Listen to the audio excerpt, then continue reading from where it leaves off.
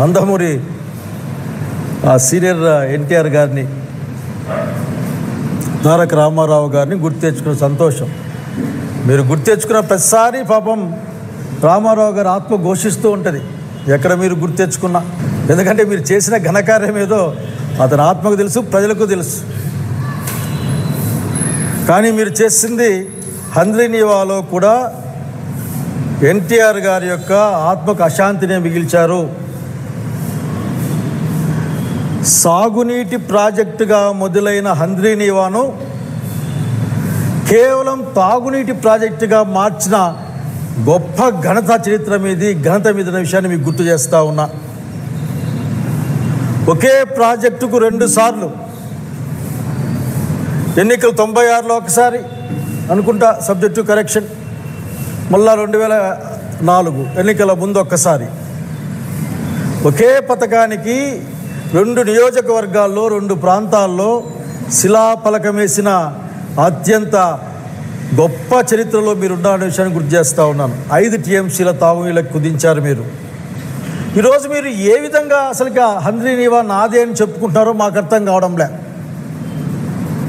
రాజశేఖర రెడ్డి గారి యొక్క ఆలోచన, ఆ పని పూర్తి చేసే ఆలోచన, తదనంతరం ఆ రాజశేఖర రెడ్డి గారి అనుచరులుగా ఉన్నవాళ్ళు, వారి భావజాలంలో ఉన్నవాళ్ళు కర్నూలు నుంచి, మాల్యాల నుంచి జీడిపల్లి వరకు 40 టీఎంసీలు దాదాపు పైగా ఎంత వీలైతే అని తీసుకొచ్చిన ఉద్దేశంతో నీళ్ళు నడిపించుకొని తీసుకొని వచ్చాము ఇక్కడికి. మీకు గుర్తు లేకపోతే నేను చేయగలిగింది ఏమీ లేదు. ఎందుకంటే మీరు చాలా కన్వీనియంట్గా మర్చిపోతారు. రామారావు గారిని మర్చిపోతారు, రామారావు గారు చేసే అన్యాయం మర్చిపోతారు, 2 శిలాఫలకాలు మర్చిపోతారు. కానీ గుర్తు చేస్తూ ఉన్నాం, ఈరోజు జీడిపల్లికి నీళ్లు వచ్చినా కుప్పం దంకా తీసుకుపోతామని మీరు చెబుతున్నా అది ఆనాటి రాజశేఖర రెడ్డి ఆయన యొక్క పరివారం సాధించిన ఒక ఘనత తప్ప ఇంకోటి కాదు. అంతకుముందు ఈ జిల్లాకు మీరు ఒక్క చెంబు నీళ్లు కూడా తీసుకొని రాలే. మీరు గుర్తుపెట్టుకోవాలి ఆ విషయాన్ని. అట్లాగే వెయిట్ చూసాం మీరు చాలా రోజులుగా ఇక్కడ ప్రజా ఐక్య వేదికల మీద అనేక సంస్థలు ఉద్యమాన్ని చేస్తూ ఉన్నాయి. హంద్రీనీవాను వెడల్పు చేయండి,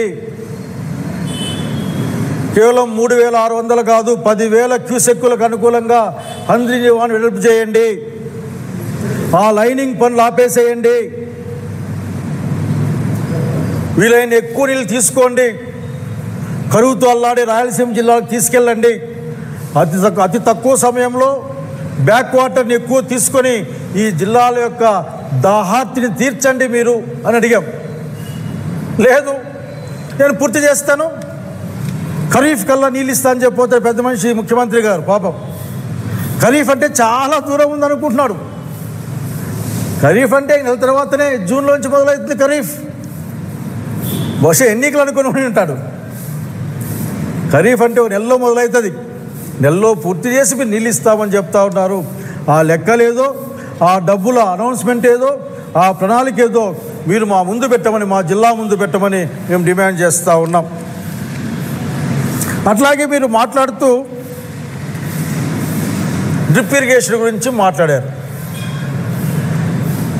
అనంతపురం జిల్లా హార్టికల్చర్లో అగ్రస్థానాన్ని చేర్చింది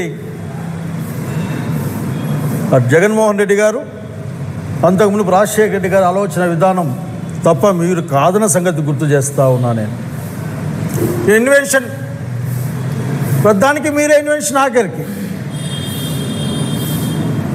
హైదరాబాద్ సిటీ కట్టిన కులీ కుతుబ్ షా ఎక్కడికి పోయాడో కానీ అసలు నేనే కట్టా, నేనే నిర్మించానని చెప్పుకునే ఒక అనేక విషయాలు వింటూ ఉంటాం. ఆ దాంట్లో భాగం అయ్యా ఈ జిల్లా రైతాంగం డ్రిప్ స్ప్రింక్లర్ల యొక్క నీటి పారుదల పద్ధతుల్లో ఒక విప్లవాన్ని సాధించింది.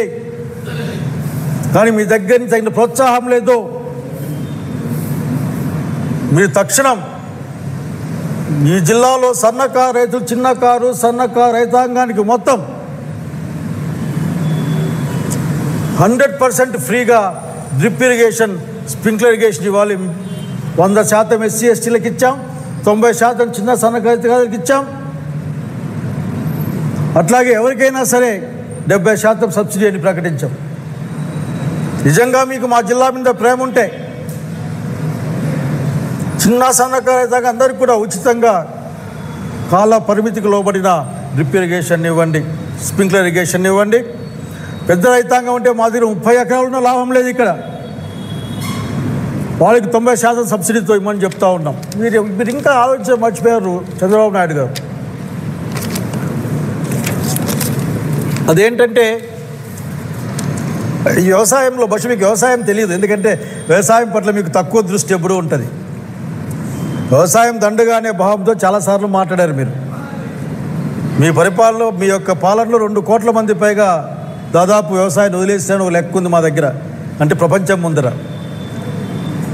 మీరు ఆ రోజున ప్లాస్టిక్ పైపులు 300 రూపాయలకు వచ్చేది, ఈ రోజున 1800 రూపాయలు ఉన్నాయి. కనుక అనంతపురం జిల్లా రైతుకు అన్నింటినీ 90% సబ్సిడీ ఇచ్చే విధంగా ప్రయత్నం చేయాలి. చిన్న రైతులకి ఉచితంగా ఇమ్మని మేము డిమాండ్ చేస్తూ ఉన్నాం. ఇంకెంతో కాలం లేదు, ఆఖరికి హంద్రీనీవ సుజల స్రవంతి అనంతపురం జిల్లా కళ్ళ పంటది ఆఖరికి. ఈ జిల్లాలో అన్ని చెరువులకు నీళ్ళు ఇవ్వాలి. మీరు కాలువలు తవ్వేది ప్రారంభించండి. కేవలం కిందికి నీళ్ళు బరబరా తీసుకెళ్ళడానికి లైనింగ్తో కూడిన ఆ ట్రిమ్మింగ్ కాదు, ట్రిమ్ చేస్తారే అట్లా ట్రిమ్మింగ్ కాదు, దాని వైశాలని పెంచమని అడుగుతున్నాం, డిమాండ్ చేస్తూ ఉన్నాం. చంద్రబాబు నాయుడు గారిని చూస్తే నాకు ఎప్పుడు ఒక ఆశ్చర్యము, బాధ, ఒక్కోసారి అర్థం కాదు. చంద్రబాబు నాయుడు గారు ఈ రాష్ట్రం, ఈ దేశం యావత్తు ఈ రోజున పెహల్గాం సంఘటన తర్వాత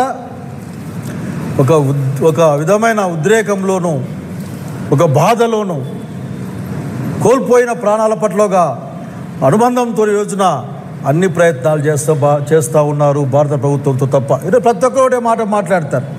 ఎట్లా సన్నిద్ధంగా ఉండాలి, ఎట్లా మ్యాక్డిల్ చేసుకోవాలి, ఏ విధంగా మనం ఆఫీసర్లను పెట్టుకోవాలి, దాని ప్రణాళిక ఏంది. చంద్రబాబు నాయుడు గారు ఈ టైంలో మీరు ఎప్పుడన్నా దీనిపైన సీరియస్గా మాట్లాడారా అడుగుతూ ఉన్నాం మేము. ఆఖరి మీరు ఎక్కడైనా డీజీపీతోనో, సిఎస్తోనో, ఇంకా సంబంధిత అధికారులతోనో కూర్చొని అసలు మీ యొక్క ఈ రాష్ట్రాన్ని, రాష్ట్ర ప్రజల్ని ఏ విధంగా కాపాడుకుంటామన్న ఒక జరిగిందా? బహుశా మీ రహస్యం అంటారేమో, కానీ కేంద్ర ప్రభుత్వ సమావేశాలే మనకు తెలుస్తూ ఉన్నాయి. కానీ చంద్రబాబు నాయుడు గారు ఈ సమయంలో కూడా వారి ఆలోచన రాజకీయంగా కక్ష తీర్చుకోవడం ఎట్లా? నేను సవినయంగా అడుగుతూ ఉన్నాను. మా గురువులు నాకు నేర్పించిన విద్య, ఏదైతే నీకు బాధ కలుగుతుందో అది ఇతరులకు చేయకపోవడమే, చేయకుండా ఉండడమే అత్యంత గొప్ప ధర్మమని ధర్మశాస్త్రాలు ఘోషిస్తాయని మా అయ్యవారు నాకు చెప్పారు. మేము నేర్చుకున్నాం. పాలకుడు కానీ మీకు తెలిసి ఉండాలి. చెప్పే మాట ఒకటి, చేసే పని ఒకటి. పైకేమో ధర్మపన్నాలు చెప్తూ ఉంటారు. జరిగే పని ఈ రాష్ట్రంలో రాజకీయ కక్షలు తప్ప ఇంకేం కనపడడం లేదు. రాజకీయ కక్షలు సాధించుకోవడం తప్ప ఇంకోటి కనపడడం లేదు. మా ఉరవకొండలో మా మిరపకాయ రైతుకి, మిర్చి రైతుకి ధర లేదు, నిల్వ ఉంచుకునే పరిస్థితి లేదు. అక్కడ